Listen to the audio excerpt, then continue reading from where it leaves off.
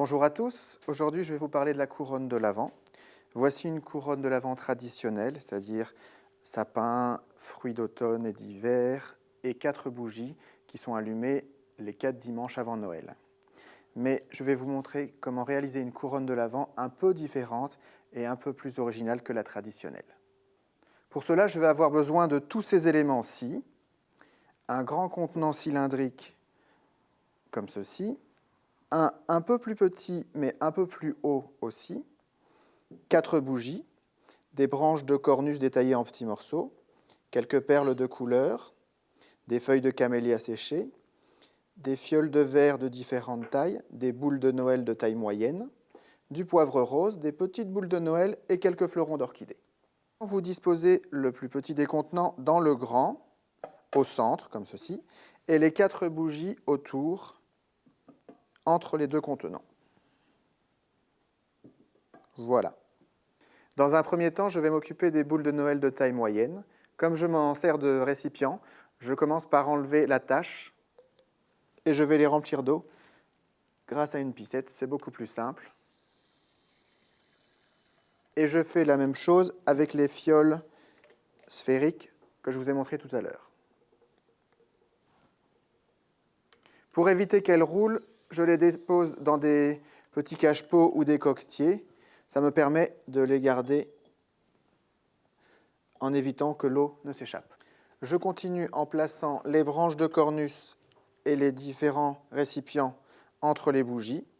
Les branches de cornus me permettant de caler les petites fioles pour éviter qu'elles ne roulent. Voilà. Et je fais ça avec toutes les branches et toutes les fioles que j'ai.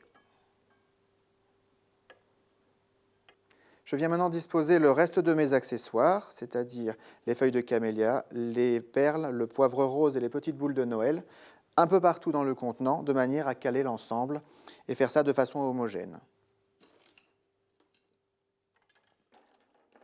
Je vais maintenant installer les fleurons d'orchidée dans chaque fiole. Pourquoi les orchidées? Parce que ce sont des fleurs qui tiennent bien, elles ne demandent pas beaucoup d'eau. J'ai donc choisi 2 variétés différentes, des vandas comme ceci et les cymbidiums de couleur orange pour avoir un contraste assez fort entre les deux couleurs. Et je remplis comme ça toutes les fioles. Et comme dans la tradition, la couronne de l'Avent est faite pour faire patienter les enfants avant Noël, pour les faire patienter, je glisse quelques fruits et quelques bonbons. Ça les aidera à patienter sans aucun problème. Et tout ça au centre de la composition. Voilà. Maintenant, si vous vous y prenez trop tard pour respecter la tradition, il fera très bien un magnifique milieu de table pour les fêtes sans aucun souci. En ces périodes de fête, la décoration est à l'honneur et voilà de quoi garnir votre table.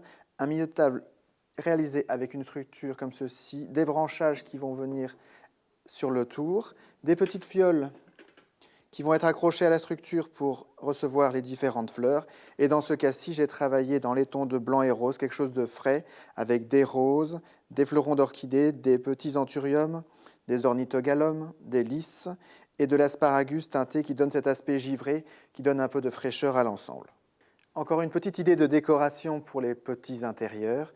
Si vous n'avez pas la place de mettre un sapin traditionnel, voilà une alternative qui vous permettra de décorer votre intérieur en rappelant l'aspect conique du sapin.